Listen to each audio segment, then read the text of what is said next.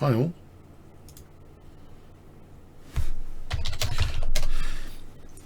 Hi all on playchess.com and streaming to YouTube as well. So quite a cold evening today, 24th of November 2015, the kingscrusher radio show. Okay, I thought we could have a look at Magnus Carlsen at the European Team Championship 2015, a very tough event.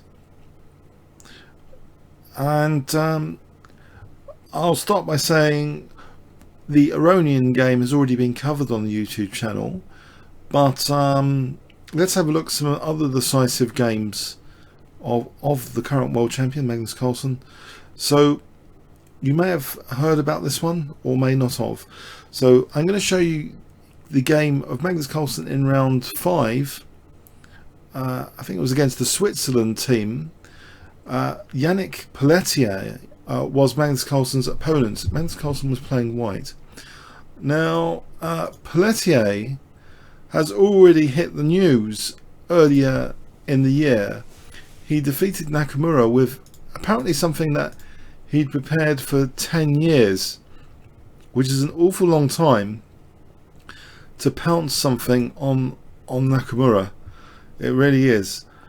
So Pelletier, 39 years old, Switzerland, 5-time Swiss champion, 1995, 2000, 2002, 2010 and 2014. A regular on his country's Olympiad team. He also represents Switzerland annually at the Strong Bill Chess Festival. Okay, so yeah, a very, very interesting opponent, and not one I would be keen, if I was over 2700 in a fictional parallel universe, to play Pelletier, because yeah, if he's already beaten someone earlier in the year in the top 5, you know, Nakamura, this is quite a dangerous opponent.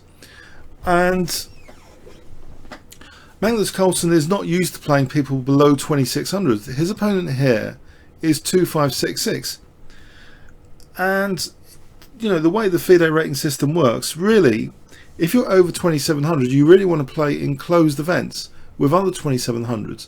So even if, say, you lost 3 games out of 9, you'd only lose about 8 points, probably. But if you play someone below 2600 in a normal tournament, it's a big risk on your FIDE rating, especially if you're rated 2850.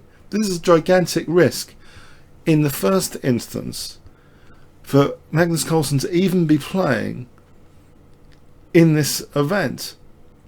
Yeah, it's a massive risk in the first case to even be playing in this event. You know, there's gigantic racing risk playing some of these players. So Switzerland's, okay, board 1, I assume Switzerland board 1. So he kicks off with c4. I mean, credit to Magnus Carlsen for representing Norway, but it's a big rating risk at each of these games, and even it's exacerbated. This guy's already beaten Nakamura earlier in the year. So we've seen c4, knight f6, knight c3, c5, knight f3. So it looks like a quiet English opening. I'm going to add a Kbitzer just in case I need it. Basic Kbitzer, and we'll look at live book here. Whoa, pardon me. Didn't mean to flick through those moves. Ah, dear. Okay, I need activation all of a sudden. Okay, forget live book. Okay, for a moment. I'll do that later. Okay, bishop g2, bishop b7. It looks like a fairly standard bit of English opening so far, with a double fianchetto now, b3 being prepared by Magnus. So he hasn't entered very sharp opening theory here. This seems like sensible play from white, getting a sensible looking setup. You know, a classic double fianchetto setup. It looks, you know, pretty good. A lot of the time, Magnus Carlsen, in one of his excellent YouTube videos, I remember him saying recently his objective of the opening is basically to minimize the impact of technical opening theory, basically, on the middle game. He just wants a playable middle game position. So this would seem very sensible that he's got a playable middle game position.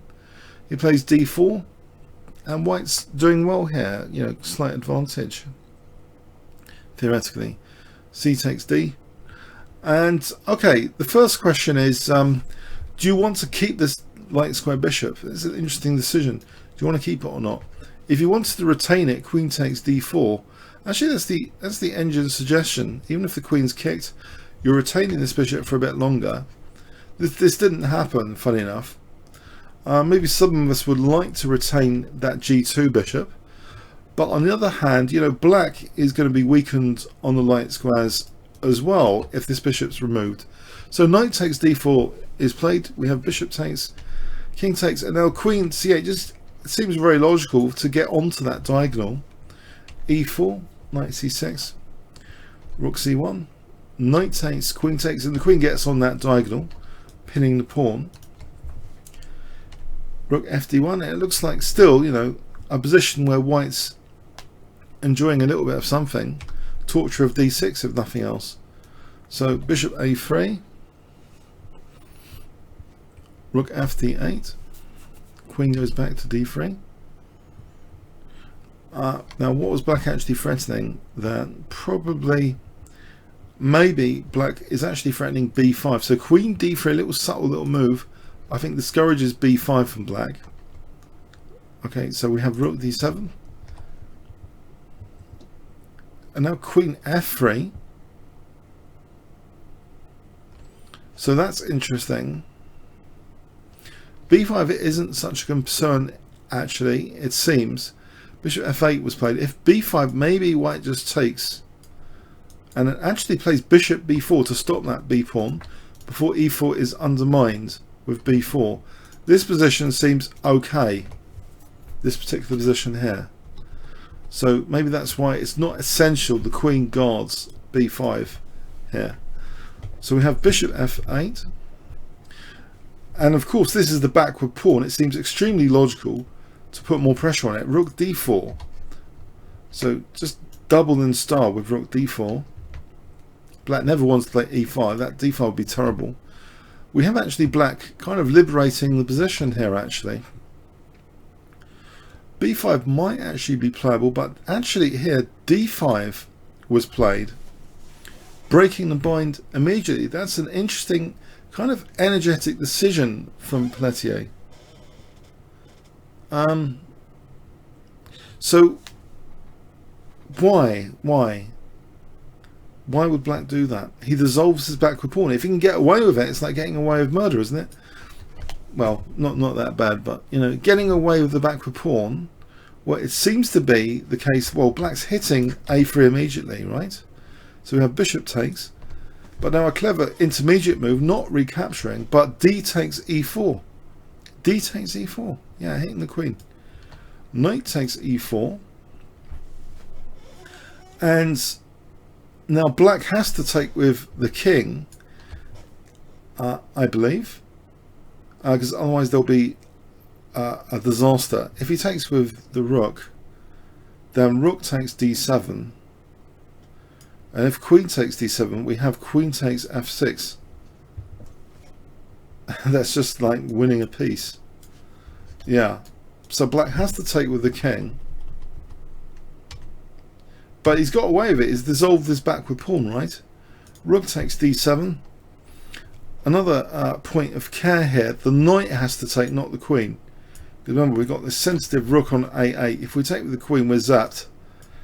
Just knight takes f6. And end of the rook. So knight takes. So black has carefully managed to play d5 without losing a piece. If there is a sort of long-term downside to this, I say long-term, white's got a 3-2 pawn majority. It's going to be like hard to exploit this. He plays actually Magnus plays c5, so threatening immediately c6. Black has to do something. He takes. So we now got a 2-1 over here, right? Knight takes, offering the exchange of queens. So we've got a very simplified position out of the opening. So Magnus has basically used the opening as a way of getting an endgame. There's a question. Sorry, why not just take the d4 rook? Why not take the d4 rook instead of taking the bishop? Pardon me. Hold on a sec. We had this. Alright, because you lose the queen. Sorry, a little point here. The queen's loose, right? Unprotected pieces is actually a theme of this game later. So just remember, where you've got unprotected pieces, and you don't happen to be a computer, then they're likely to fall off. There's an unprotected queen on b7. So knight takes f6 check. Yeah, and then we just take the queen. Right? Does that answer the question? There's no hanging rook. There's no hanging rook? Is everyone convinced? There's no hanging rook on d4. Black has got away with d5. Black has got away with murder. He was supposed to be tortured here into submission with his backward pawn. It didn't happen. d5 somehow. The engine didn't even recommend d5 initially. It recommended b5 actually. I don't even know, with b5 that looks quite pliable here, because this might be well, this might be okay for black as well, but you're still left with this backward pawn. So yeah, d5 is a good alternative, it seems, to b5. They're about the same actually. Engine evaluations are about the same, but from a human point of view, even though b5 is like fractionally less, we want to get rid of our backward pawns, right? So d5 we'd prefer. If we can get away with d5, we can do that, then we do that. And he seems to have done that. It seems as though black can't be cracked in this position. So rook takes, knight takes. Yeah, so on to the game, yeah. So we get this queenless position ending, rook and knight each. 2-1 pawn majority for white. The king comes into the centre. The king's more active at the moment. The black king comes into the centre. Is black actually threatening anything? Not particularly. f4, a5, which frees up the rook for a moment, away from the glare of the knight. Knight d3, as though rook c7 is going to be useful. Knight d5 though holds against that c7 square quite comfortably. And you notice this knight can't actually be dislodged. There's no c or e pawn to kick this knight away. So does white have an advantage? According to the engines, yes, small advantage. King d6, king d4, f6, a4. We have knight e7, rook b5. Still a little bit of torture surely is possible here for black. So Magnus is not going to agree a draw with someone who's rated 2566. That just represents a huge loss of FIDE rating points. I think that would be the equivalent of losing to a 2700 or something, maybe. So anyway, he plays king c6, b4, which creates an outside a pawn. Check. King goes to c3. Check, taking the pawn. Now knight d4, and it seems as though here black apparently has like fully equalized this position, which is a bad sign really. This outside a pawn doesn't seem like a major trump card, and maybe your first thought, you've got to keep aware of the tactics. Your first thought might be to go for this check. You don't want to. Is that actually possible? Knight b2, it wasn't played. Rook c4 was played. If knight b2, that might be playable, but it's not great. So rook c4 was played, trying to kick this knight away. Check here. Rook d8, rook e4, rook d6. So black seems solid enough without any problems. Knight e7, and knight's going back to that horrible d5 square. Check. But now the rook does seem adventurous. Magnus plays rook b8 here. Interesting. Just before we go into that, this rook b8 seems like, yeah, get round here. Maybe these pawns over here, and the knight's covering there, but the engine's choice is actually check here. Now why would the engine's choice be to keep these pieces here? Because of a5, and if knight d5 we can take there, and we can try and do this. This is another way of playing the position, but it looks as though it's heading for a draw. It really does. Is this enough to win? I wouldn't say so. Why isn't black just equal here? So maybe Magnus had a quick look at something like that with the a pawn, but no, decided he wants to infiltrate with his rook, right? Rook b8. We have check, king b3. Now notice king b3. Interesting. Why to b3? Why to b3? If king c2, say king c7,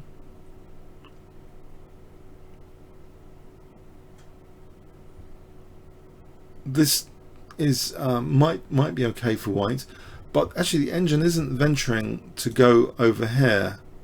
By the way, is there some fatal disaster? Not necessarily. There isn't a fatal disaster there, but in this position, after knight d5 check, king b3. Now, just from a theoretical point of view, what is? I'm going to ask you all the question about king b3. All right. So the question is, what is the weakness of last move on king b3? Can you answer? What is the weakness of the last move when you play a move like king b3?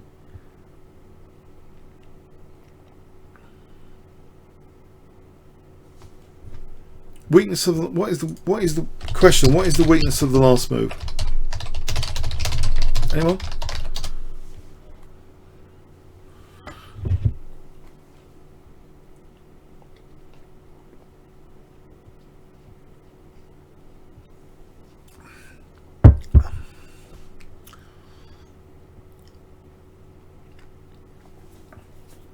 Yes, on Play Chess, Susan Lister, thank you. Undefended knight. Anyone from Twitch? The hanging knight, no, loose knight.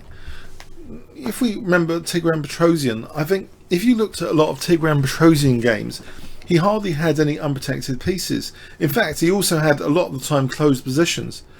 So that is a weakness of the last move. It actually represents a weakness of white's position. It's got a slightly sensitive knight, not protected by anything. And obviously, ideally, in the ideal world, we don't want to play such moves in the ideal world. Yeah. But it was played, and now king c7 was played.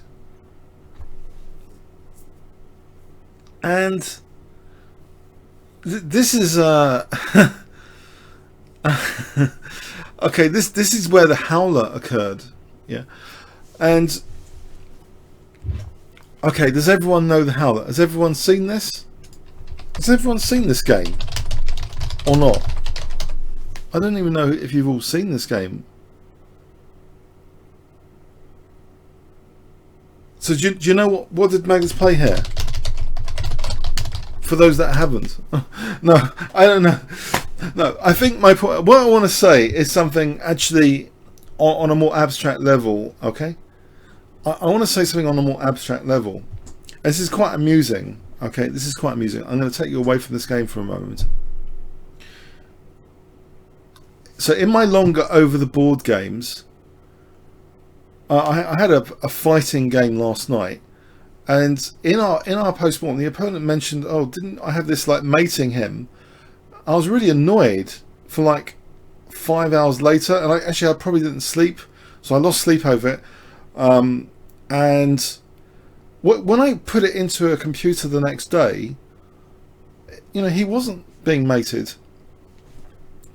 But it wasn't just thinking about it for hours. I was thinking, oh, I'm going to add yet another generalization to my toolkit of generalizations. And I think I can't keep doing this. Chess is just incredibly vast. So every position has to have its own respect, really, at the end of the day. You can collect all these generalizations. You can have very long, painful games and collect even more generalizations. But when it comes down to it, every position has its own stuff going on. Right? So yeah, we can generalize about loose pieces though. But really, you know, even the computer in 1980 wouldn't do this next move because it would just use calculation. And you see, calculation respects a particular position. Yeah?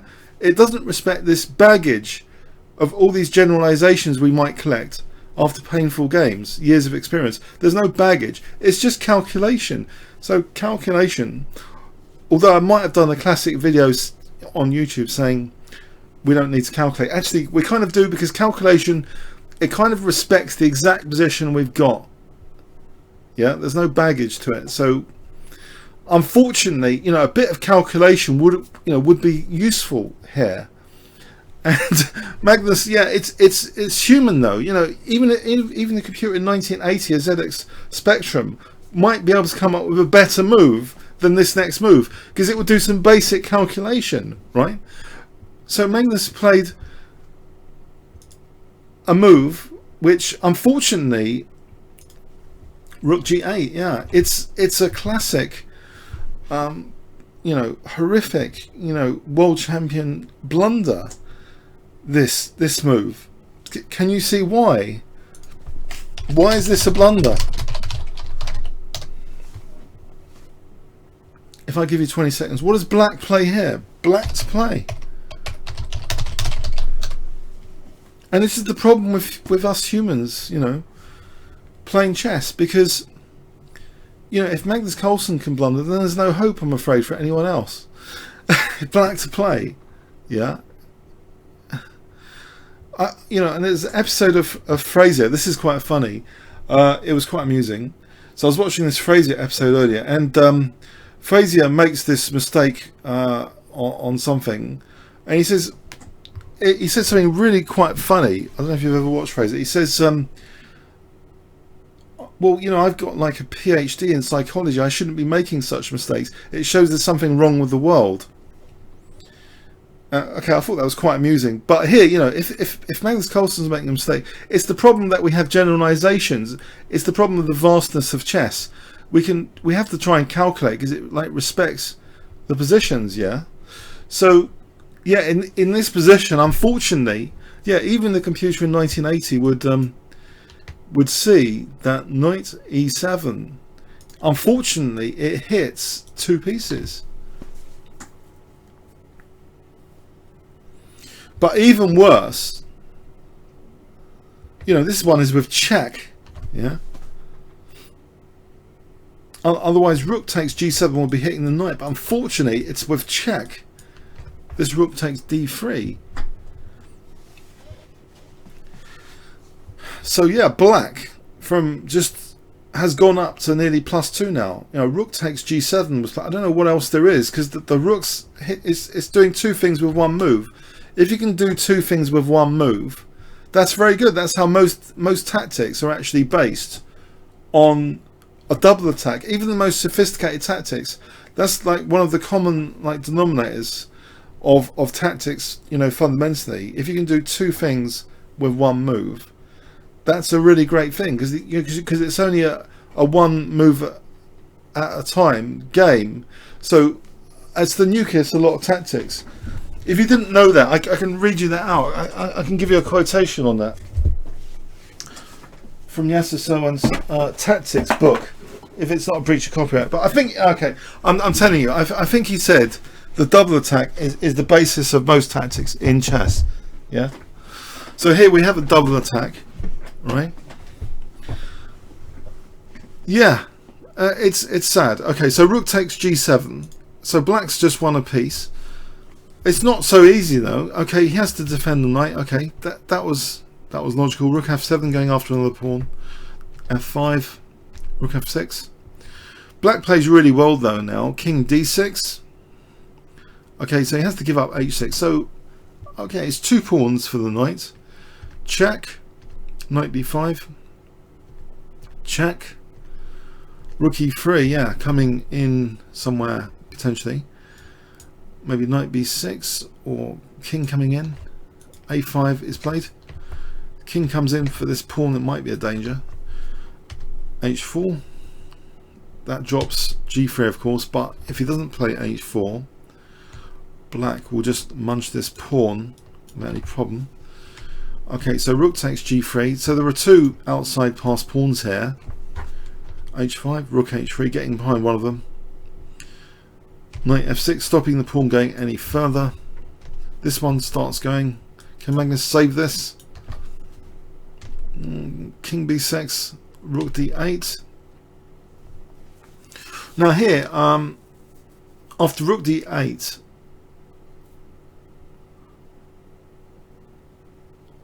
there are a lot of moves which are just winning for black now, actually. But black played one of the good ones, knight e4, just stopping any rook d6 here. And one of these pawns is dropping off now. They're both hanging. What does white do? He's going to be losing a pawn soon. So he resigns. He's a piece down. That's basically it. It's finished. He's a piece down.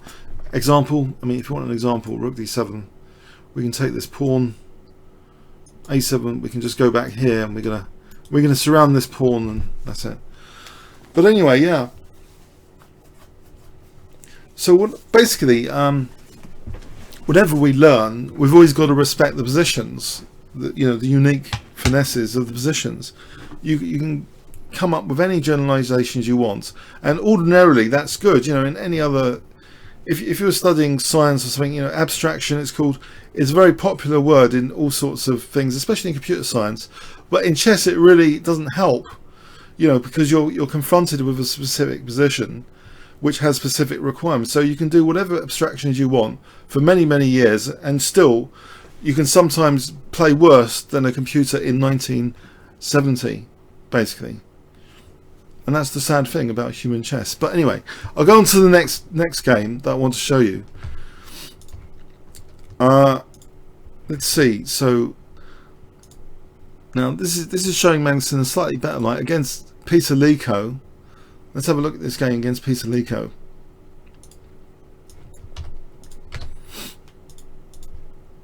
So Peter Lico playing white. Let's have Magnus Carlsen's perspective. We have e4, e5. We have a WhiteElo. Okay, a6, bishop a4. It's a WhiteElo. Knight f6, castles, bishop e7. Let's just zip past here. Seems to be a nice position for black already. Knight c3, holding that d5 square. d6. a3, giving the bishop an escape square if needed. Rook b8, bishop e3. Knight a5, bishop goes to that little square that's been created. c5. White's okay here at the moment, it seems. Knight d5, that seems a logical use of that d5 hole, supported by the bishop. c4, seemingly trying to blunt the a2 bishop, and maybe black can look forward. If takes, well, black will activate the rook. So we have knight takes e7, getting the bishop here. Queen takes. Does it matter in this position? Queen d2. Now an interesting move, knight c6, which at first glance isn't there a problem? Not really, because I think black's getting b2.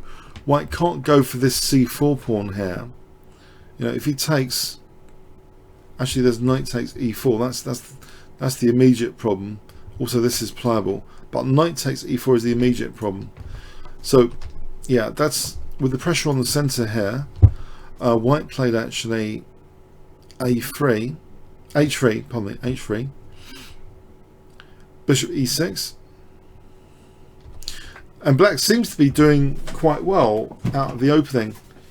Looks like a very solid position, but a bit of squishing on this side of the board, a bit of space gain, and this next move just looks a little bit wrong in some respects. Already white seems to be a tiny bit worse. So we might have to rewind already. Hang on, this position, maybe h3 wasn't strictly essential, but I don't know. Engine suggestions here it's about equal, but here all of a sudden with h3 bishop e6, it's already saying black's slightly better. But after this next move, b4, black's more than better, black's slightly better. We have rook fc8,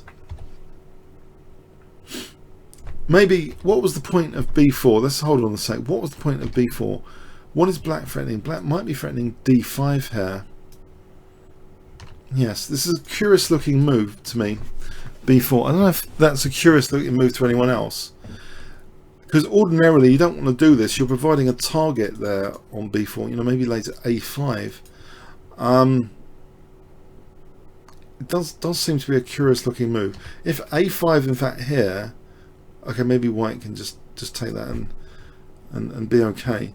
But Magnus just leaves that structure alone. He doesn't try and immediately exploit the b4 pawn. He just plays rook fc8.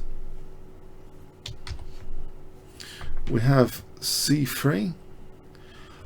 And now this does portray, this structure here does portray, to me at least, light square weaknesses. We have some light square weaknesses, these pawns on dark squares. And it'd be interesting just to get rid of the defensive bishop on the light squares. And this is exactly what happens. C takes d3, queen takes, black gets rid of the light square defender, and yeah, these are nice points of potential blockade. But there's an immediate tactical move here which actually gives black almost a significant advantage now. Can you see what black can play here? Black to play here, and not just equalized. He's gone past the point of equalizing with black. Sorry, a comment. Sorry, b4 from Kdor. b4 simply uses the tempo of white not being able to en passant restricts the knight. In my opinion, restricts the knight. Okay, but it does weaken the light squares. You've got to admit the light squares are weakened here. Whatever the reason, this position doesn't seem nice for white. So black to play here has got an energetic move in this position. Can you see? I'll give you a clue. Alright, I'm going to give you a visual clue. If I highlighted the 4 central squares, so I'm forcing on you de Groot's observation that a lot of master games, de Groot did the study and looked at a lot of master games, and they got attention on the centre a lot more than amateur players. It wasn't their enormous difference in calculation powers. De Groot just found that the masters have a lot more seemingly great concern, deep concern at all times for central control. So this is my visual clue. Central control. Central control. What would you play here? d5. Challenges the centre. Yeah. Because if takes, then we've got e4. Yeah. Winning a piece. So white is put on the defensive. Knight d2. And now we have another tactical idea. Queen e6 threatening this loose rook. So d takes to win that rook. The rook moves out of the way. But now knight e7 is a comfortable place for that knight to get to f4. I always say this, when white's played h3, getting a knight to f4 is more tasty than usual, because it's always difficult to kick a knight on f4 because you've weakened yourself a bit. g3, you know, you can snap that off. So the knight's heading for an Achilles heel in white's position. Bishop c5, which actually leaves the protection of f4 here. So knight g6 looks ideal with tempo on the queen. Rook ad1. Knight f4 is playable here, but rook d8 was played. Queen f3. Again, knight f4 would seem playable here, but h6 was played. Rook fe1. Again, knight f4, but rook d7 is played. Queen f5. Yes, and the same holds here. It's playable. Queen c6 was played though. And with Queen c6, d takes e4 is actually on the cards here because of this pressure on the d file. We have e takes d5. Rook takes d5. Knight f3. So it seems a little bit of pressure on e5. The rooks are supported. Queen c2. Now Magnus takes a couple of rooks off. He takes another couple of rooks off. And now, actually, knight e4 is played, which threatens both knight takes c3 and knight takes c5. We have this check. White plays a move here which doesn't look too hot. He's basically, unfortunately, he plays a move which seems to just lose a pawn, queen b6. Yeah, Magnus is just winning a pawn. He's taking queens off, which is something you don't want to do against Magnus Carlsen generally. And he's just winning a pawn. So this ending looks actually bleak for white. Yeah. So knight d2. So a pawn down for what exactly? There doesn't seem to be major compensation here. Finally, we do see the move knight f4, by the way. Finally. Seriously, it could have been played 5 different times earlier, but it's now that it's played, knight f4. As I say, it's difficult to evict that knight. We just take here. It's nice to have that knight there. We have h4. Now the king comes into the game. King g6. The king's coming into the game. f3. King f5. We have king f2. Check. Now this g4 might be annoying. It's actually stopped h5 in case that's annoying at any point. Bishop e3. King e6. Yeah, the king's more active than this king. In fact, the knights are doing a good job of stopping the white king getting into this endgame. So in fact, you know, with those light square weaknesses mentioned before, the king can ideally glide around here, ideally, to these light square weaknesses. We have g3, king d5, and this is at move 41, king d5, and it looks as though white's in some sort of zugzwang here, almost. Might actually be forcibly losing material. White actually resigns here. Remember, the king's cut out of this position. If we move the knight as an example, then e4. This is nice. Looking at this, say white tries to protect. Knight c2, and something's dropping off over here. Surely a pawn is dropping off soon. Knight f2 coming to d3 next. Yeah, this pawn looks to be a goner. As an example, just one example. It's just worse for white. But anyway, he was a pawn down for nothing and he resigned.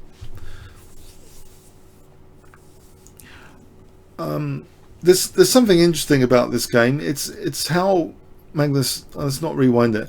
It's how Magnus kind of can just sometimes just equalize with his royal pairs without much risk, and just exploiting a riskless way small advantages. So that was a fairly riskless win, which clawed back some rating points. And so it was, you know, a great game, positional game. Especially if you're a fan of positional play and endgame play. So, okay, let's look at another game.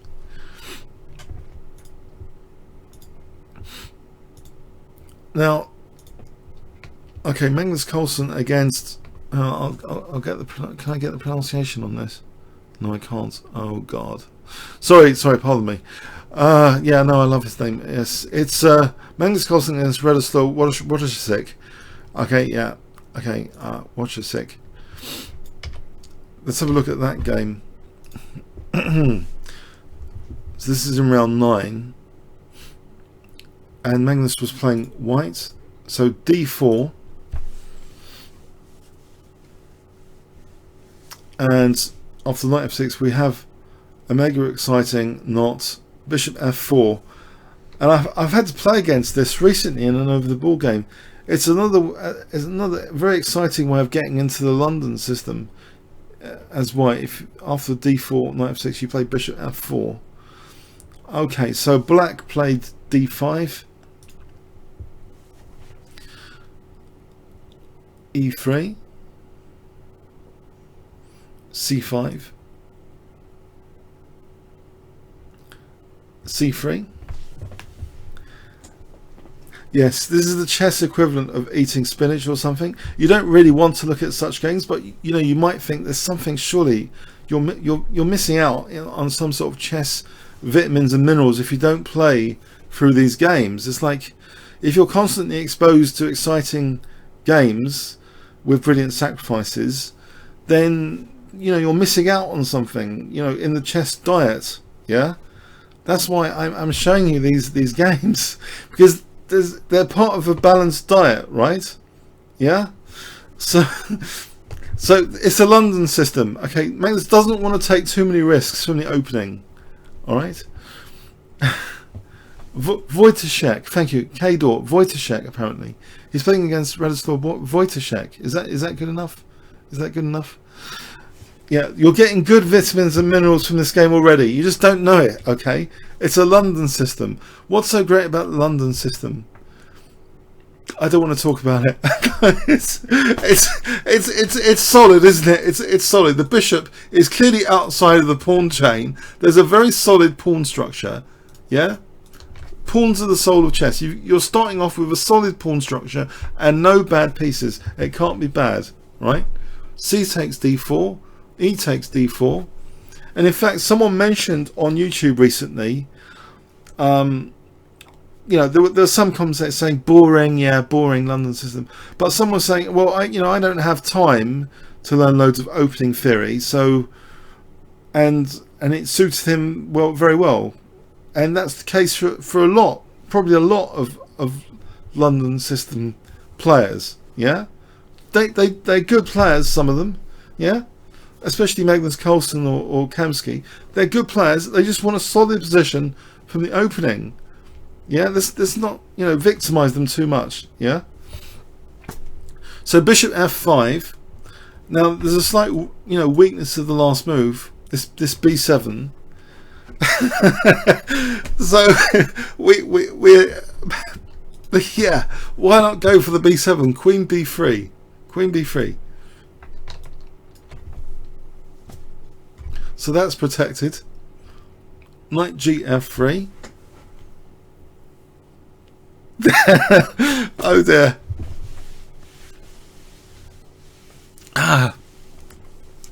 Sorry. There's nothing amusing about this position. No, you haven't missed the joke about this position. I don't know why. Okay. E6. I don't know why I find this funny. Sorry. Let me see. Ice coolness is needed for this commentary. E6. Alright, okay. White plays knight h4. Knight h4. Yeah, the bishop hasn't been given an escape square, right?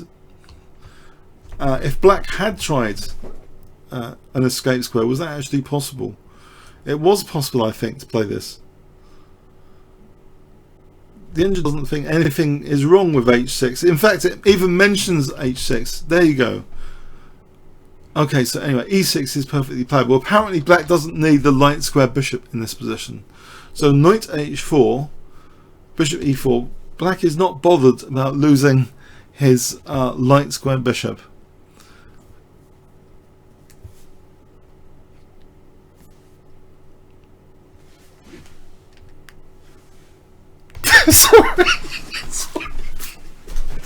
Sorry. Speculative. Oh God. Why do I show you these dead boring games? I'm sorry. I apologise. Look, let me just get it over and done with. We're going to have a look at Mikhail Tal in a few other sessions. Don't worry about it. I had to stop showing you these games. Okay, knight takes e4. Knight takes e4. White has the bishop pair. Knight f3. Keeping a bind on the e5 square. Bishop d6. Okay, bishop takes d6, knight takes d6. Something exciting is happening in this game though. Bear with it. Bishop d3, queen c7. White plays queen c2 here. And black makes it interesting in this position. Black castles queenside. There you go. There you go. It's not so boring. Black castles queenside. Yeah? If black had castled kingside, it's immediately losing h7. Yeah? If black takes time to protect h7, does anything seriously wrong with h6? No, I wouldn't have thought so. If castle's here, this should be equal, right? So black has made the game much more interesting maybe than he should have. Okay, he castled queenside. Okay.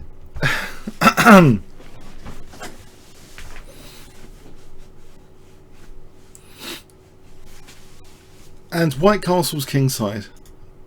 So that makes the game a lot more interesting when you've got kings on opposite sides of the board. h6, so black is potentially starting something here, maybe g5, not just go for the king, but you know, central control if this knight can be nudged. We have a4, king b8, rook fe1, holding that e5 square, rook c8. Yes, and there might be a threat. Can you see what black is threatening with rook c8? What is black threatening? There's a threat here. Yes, there's a threat here, which doesn't really do that much. So I don't even know why I'm asking. But imagine you were concerned about things. What would you say black is threatening here?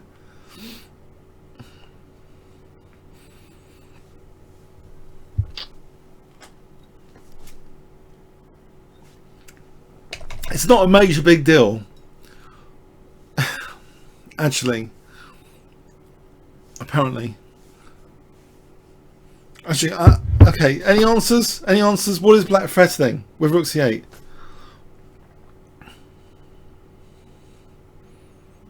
No, not knight takes d4. Because we can take with the knight. No, knight b4. Knight b4 is the threat. So that's got out of the way. We see queen d1. So you might be wondering, when you play through this game in the future, you might be wondering about queen d1. At least I've vaguely mentioned something that knight b4 was on the cards, yeah? Rook he1,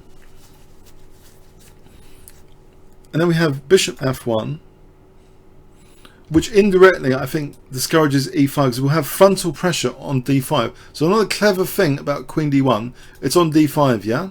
What a clever retreat. You know, if black played rook e7 here, you know, if he plays e5, we're gonna take here, and d5's dropping, right? Actually, no, we just win a piece. e5 is not actually possible.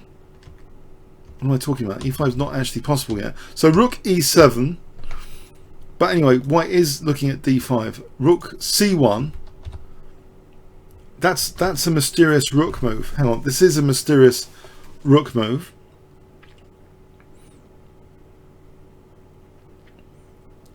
And you might wonder why. I'm sure it's going to become evident later why rook c1 was played. It's that mysterious. It should become evident later.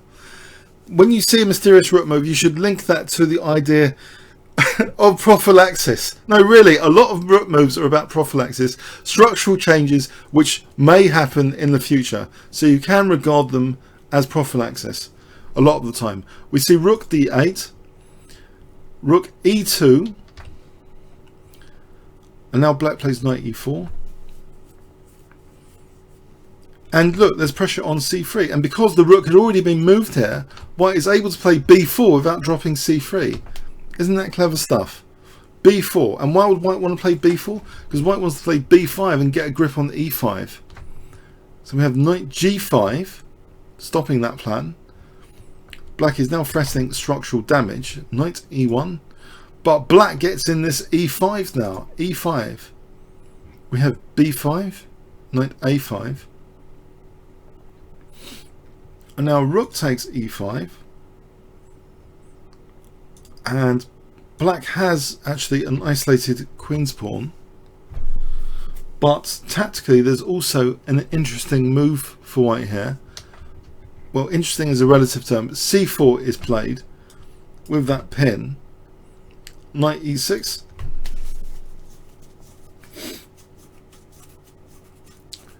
Now some pressure is being built here on black. Knight f3. Queen moves. That might have been a slight inaccuracy actually. Queen e4 apparently. Queen f5. This represents a slight inaccuracy, because it seems now black's king might be a bit shakier than white's, funny enough, with this slightly dodgy move looking at the rook. If black had played to f5, then there's no real problem with CD from black's perspective. It doesn't seem as though there should be a major problem here, but this represents a greater commitment, this move, because after c takes, black is relying on the tactical resource to deflect the queen away from the rook. So queen takes d5, queen takes c1. The problem is black's king's a little bit shakier than white's. Even though this bishop's pinned, we have now g3. G3 is an interesting move. Okay, so g3, queen c5, queen d7, keeping the pressure on, with queen e8 check now being threatened to nab the f7 pawn. So black tries to defend. This is approaching move 40, so both players probably getting short of time. Queen f8. But look at the knights now. This is a very aggressive knight after knight e5. What is white threatening here? White actually has a significant tactical threat with knight e5. What is white threatening tactically? If white was giving another move, what would you play here with white?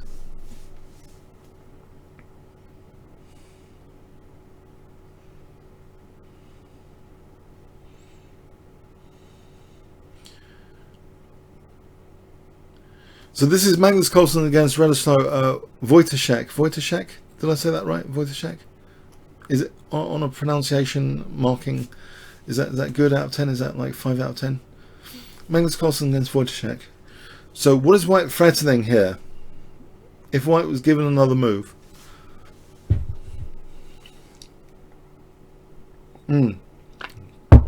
Yes, well done to some of you, Blink and whatever. Queen takes e6 for knight d7 check. E.g. I'll just show you that. Queen takes and a knight d7 check. Alright. Winning a piece. So black is on the defensive. Clearly on the defensive. Knight c5 is played. Getting away from that. Queen d5. Threatening again. Queen takes now. And then knight d7 check is on the cards. So black has to defend that, but also note in this position it's not just that. White's also threatening knight takes f7, but this is a double attack basically on f7 and queen takes c5. Black cannot do something about both. If he moves the f pawn, then yeah, we just take here. Apparently there's an even stronger move here in knight g6 for some reason. Oh, it just regards that as stronger.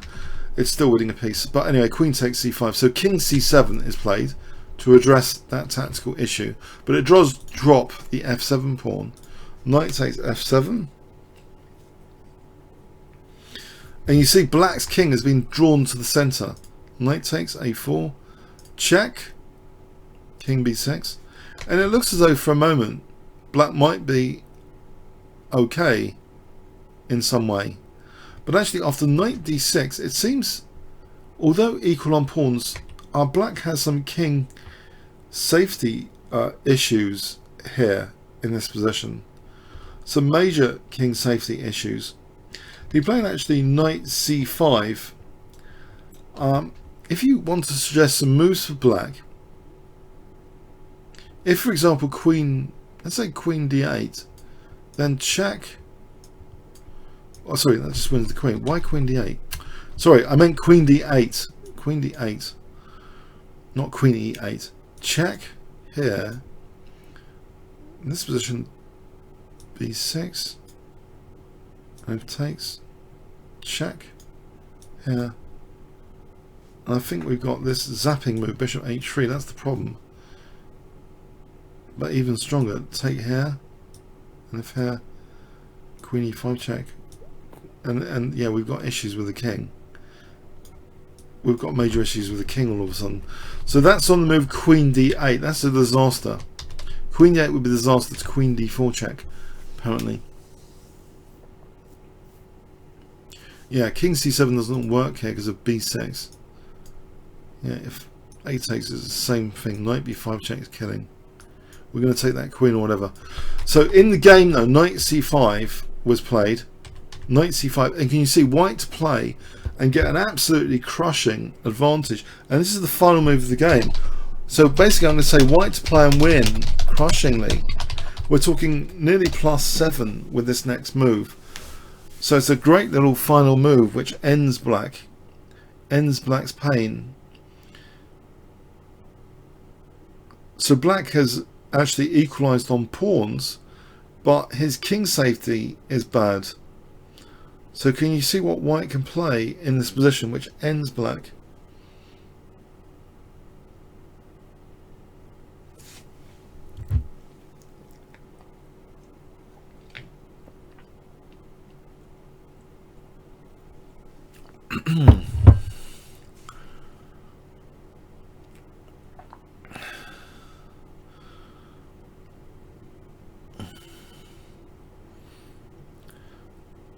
Okay, you might be looking for a forcing,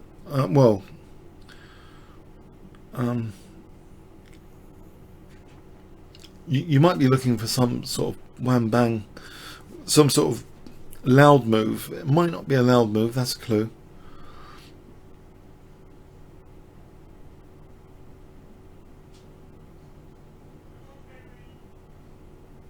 Now if you said knight c4, I'm not sure knight c4 does much. Let's just check this. Black can just take that, and actually black's apparently equal here, so not knight c4.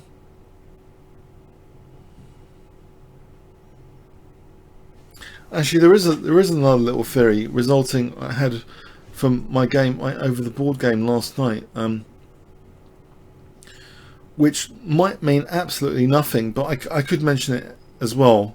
You know, sometimes when you've got 2 or 3 pieces remaining, you want to find points of coordination, what I call coordination squares. I was actually evolving this theory last night from over the board game, and I thought, especially if you want to get a mating net attack, there are 2 ingredients of a mating net attack, right? It's first of all, you're chasing sometimes the opponent's king, and to start off a chase you need coordination squares of some of your pieces that can actually start the killer checks, and then you need to guard all the exit squares. So there's like 2 points of the equation. And when I noticed that theory, that I also thought, hold on, this is a bit like predators in the wild. You know, this program about monkeys recently, they had the exit routes covered of these smaller monkeys, but you also need the chasers. Now in chess terms, that you got both as well, but to get the chasing started, you need to have your pieces coordinating sometimes on coordination squares.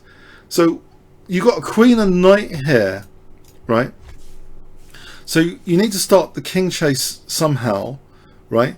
So you're the predator, you're going after the king. What key coordination squares could exist if you had to list all the coordination squares for the queen and knight? If I asked you, okay, I'm gonna change the question. I'm not going to ask you to find a move, okay? I'm not going to ask you to find a move. I'm going to give you a clue here about coordination squares, just in theory, of the queen and knight, which might be useful to start a king mating attack. And you never know, this idea might be useful in other games. So I'm going to say, look, it's one of these squares, and I'm going to say, which one is it? Don't worry, I'm not drawing the entire board. I'm not drawing the entire board. Now, one of the squares highlighted is what I could consider, you could consider a coordination square of the queen and knight. Now, which one is it? From A8 up to H6. What great coordination square exists to start a king hunt?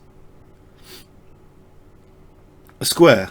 A square. Not a move, a square that you want to coordinate your queen and the knight. A square. Not a move, a square.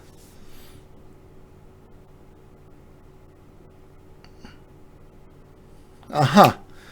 Now I don't really know if this predator metaphor only arrived in my brain last night. I'm not sure how valid it is. Maybe it's just because I was tired, I made it up. But there is a coordination square here which kind of is important of the queen and knight. Yeah. Now if you've guessed c7, then you're correct. Then that is the first clue to the move. That becomes the first clue to the move for the king hunt. So what move would help you have the coordination square c7? And I don't mean, I'm not meaning this tutorial, by the way, to be for beginners. It might come across as that. No, this general theory of mating the opponent's king, I just wanted to tell you, it's not because I'm trying to make this a beginner's tutorial, but what move would satisfy c7, you know, as a coordination square now? So concrete move, yeah? So what concrete move establishes c7 as a coordination square?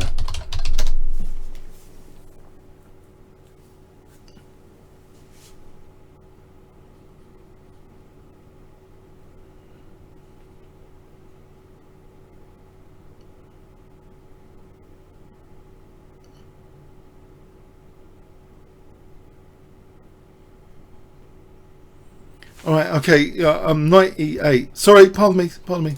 Yes, you might have guessed it now, knight e8. So we've got this coordination square, and you know, so if you were the big monkeys in the jungle after the little monkeys, and you know, you can't feel, it's really ruthless, but they would starve to death, right, if they didn't catch them. So you know, you can't always feel, oh, it's really cruel. It's just life. You got to get your dinner, yeah. And in chess terms, you know, your dinner's the opponent's king, yeah. So you need to start chasing the king. You need some coordination squares to start the chase. So c7 is the coordination square. Now how does black try and defend that? Actually, it's really difficult here because the queen's kind of overloaded. She's looking after d6 at the moment. So black actually resigned here because queen c7 mate is the threat, yeah.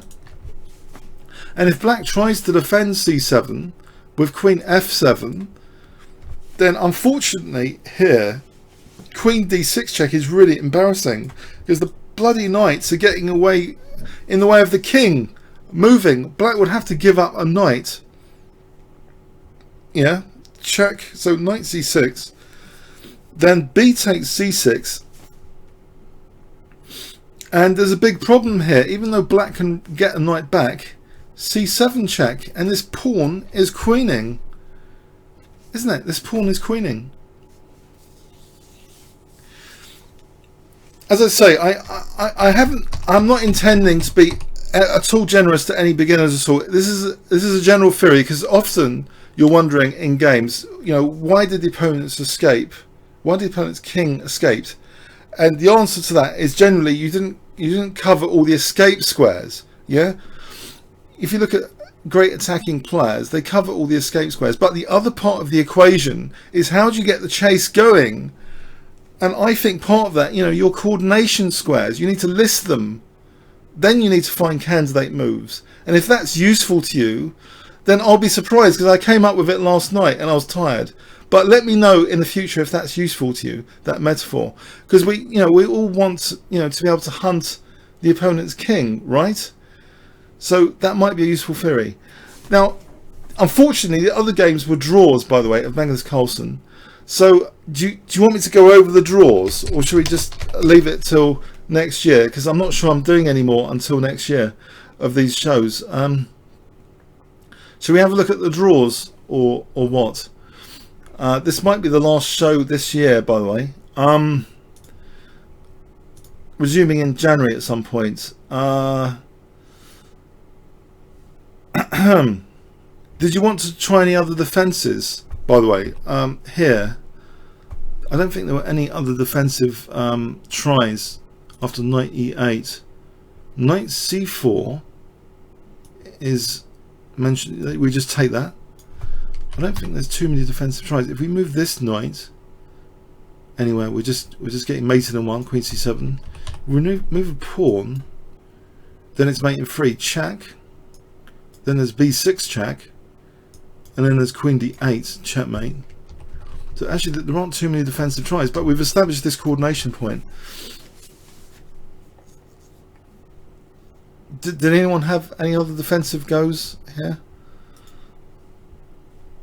I think that covers it, doesn't it? But anyway, there's 2 draws. Do you want to see them, or I don't know? I'll just give you a gist of the 2 draws. Someone called Hansen, not Eric Hansen, SB Hansen against Carlsen drew in 43 moves. Carlsen drew with white against Papillano in 41 moves, and there was an Hispano draw in 44 moves. What do you guys think? Or should we just leave it like that for you to think about this theory of king hunting? Yeah? Yeah, okay. I don't fancy it, to be honest, to look at draws. So yeah, I hope you have a good Christmas, especially if you celebrate it. Yes, I celebrate it myself. Yeah, I hope you have a good Christmas and New Year. So this might be the last show of the year. You never know. So I'll see you in January. So I hope you've enjoyed these radio shows. I enjoy them, especially when I start them. I don't enjoy the thought of doing them 5 minutes before, but when I start in a game, it seems a game unveils itself to be interesting in some way. So it's not as painful when you start it, but before starting it, I'm dreading it sometimes, to be honest. But no, it's been good. It's been good. I enjoy the shows, so I hope you have as well. And you know, so have a good Christmas and New Year, yeah. And remember to like this video if you got anything from it. Okay, so likes are always appreciated. So yeah, see you next year or next Monday if I'm doing one next. It's either of those two might be the case. So see you next year or next Monday. Okay, I will be streaming, of course, but not the radio show in general. If you want to follow me streaming other stuff, my general streaming is on Twitch TV kingscrusher. Do you know the URL for that? If you want to follow me streaming somewhere else, but for other casual stuff, it's Twitch TV kingscrusher. I hope you're aware of that. Yeah. Oh, I don't know why that's put some stuff there. Okay. See you. Okay. Thanks all for coming.